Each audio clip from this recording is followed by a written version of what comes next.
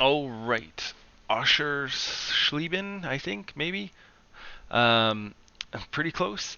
Welcome back. This guide is a redo. I did this one a long time ago. It hasn't been on the calendar for a while for the Ray, uh, in the trophy anyway.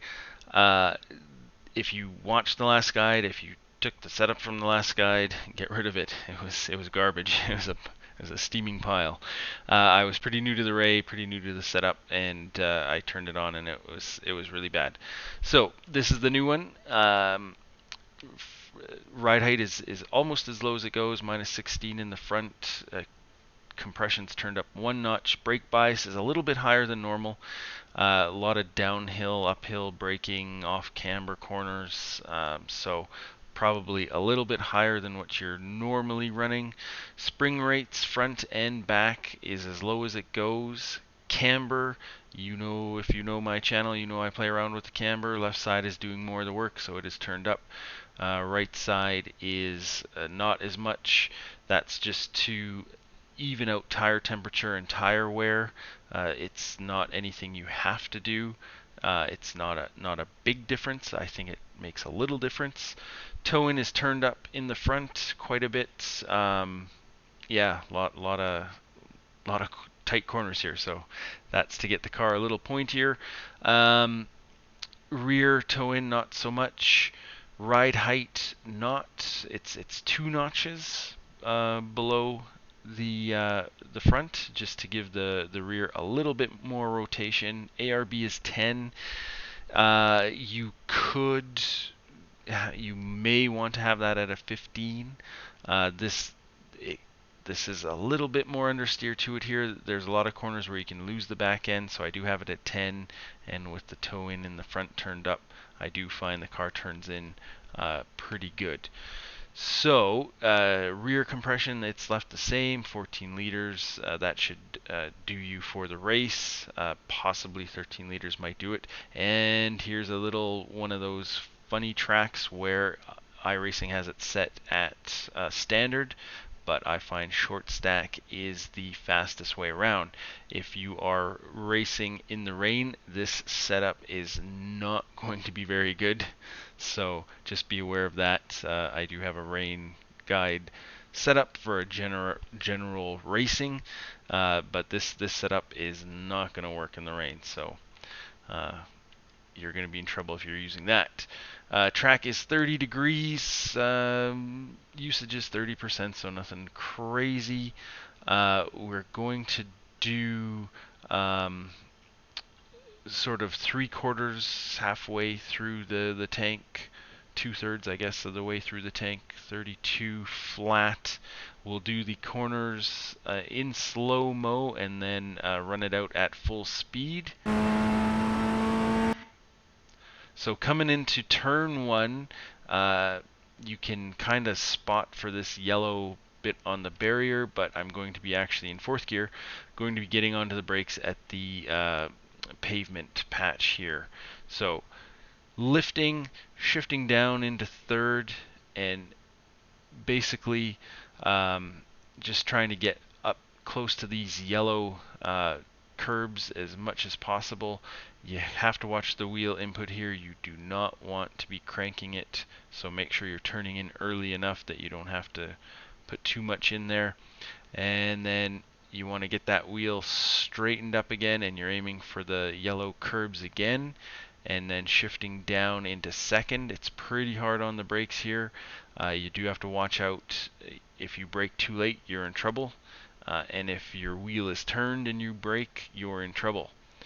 So just releasing the brakes, hugging that curb, and kind of spotting for this blue cone. That's the curb exit, which is pit exit, which is absolutely ridiculous on this track.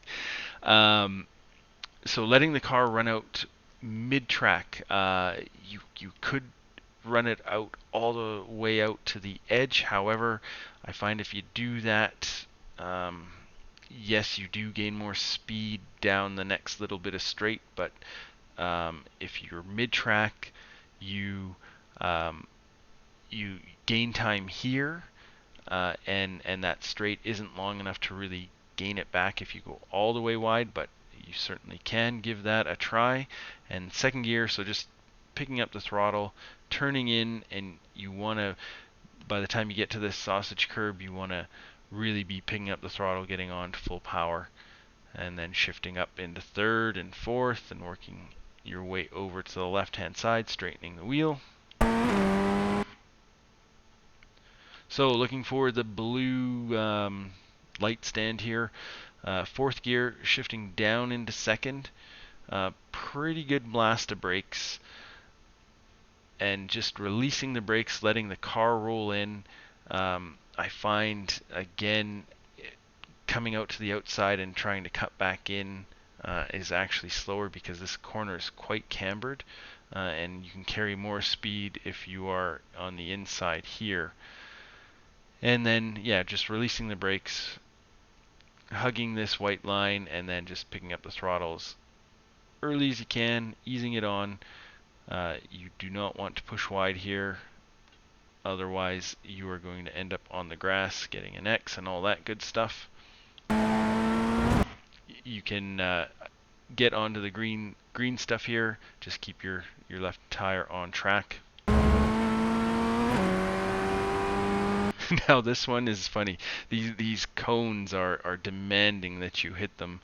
However, I've tried to cut this, open this up. If you touch these curbs, I think is the rule, or if your tire, I'm not sure if it's this white line, but if you touch these curbs, you get a slowdown. So watch out for that. It's a very strange situation here. So fourth gear, and then just the second last curb, the third last curb here, turning in, little bit of lift. Cold tires be a little bit more of a lift.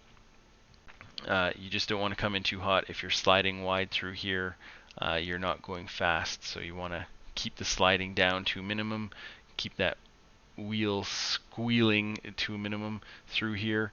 You just lose time. Shifting down into third, basically just as you approach the next curbs here.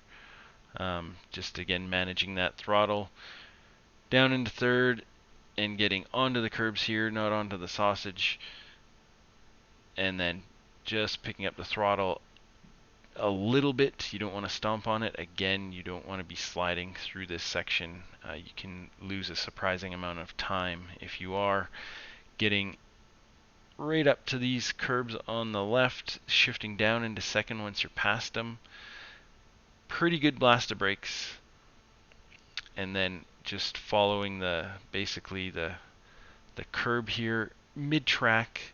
Again, I find if you go all the way over to the left, yes, you're faster on exit, but you lose some time because this corner is so cambered. So it's better to keep mid-track and then just start to cut in as you know you're seeing the trees and all that here. Picking up the throttle again, don't want to stomp on it. If you're sliding wide through this section, you lose a lot of time, and you want to get onto this grasscrete. Cut the corner as much as possible as you cut back in, and then just picking up the throttle, letting the car drift out to the left. You can get onto the green stuff here, no problem. Up into third gear. Now, if you're drafting or what have you, you could briefly go up into fourth gear here for a time. I find though, if you do it right, it is pretty quick, but to be consistently faster, I find just leaving it in third just keeps the car more settled. Right up tight against the sausage curb here. Just a little bit of a lift through here. If you were in fourth gear, you would definitely be shifting down into third now. Again, this is funny. You got to keep your right-hand tire inside the white line. Do not touch those curbs. They get very mad.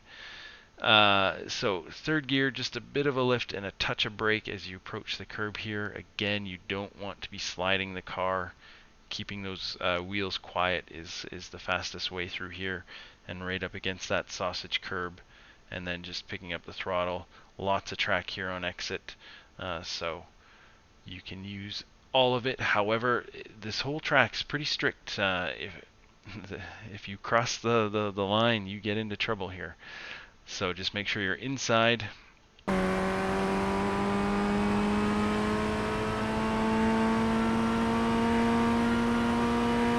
So just between the 100 and the blue signage here, getting on the brakes, a good little blast of brakes down into third gear. Again, you don't want to come in here too hot. You'll compromise yourself for the next corner and lose a lot of time.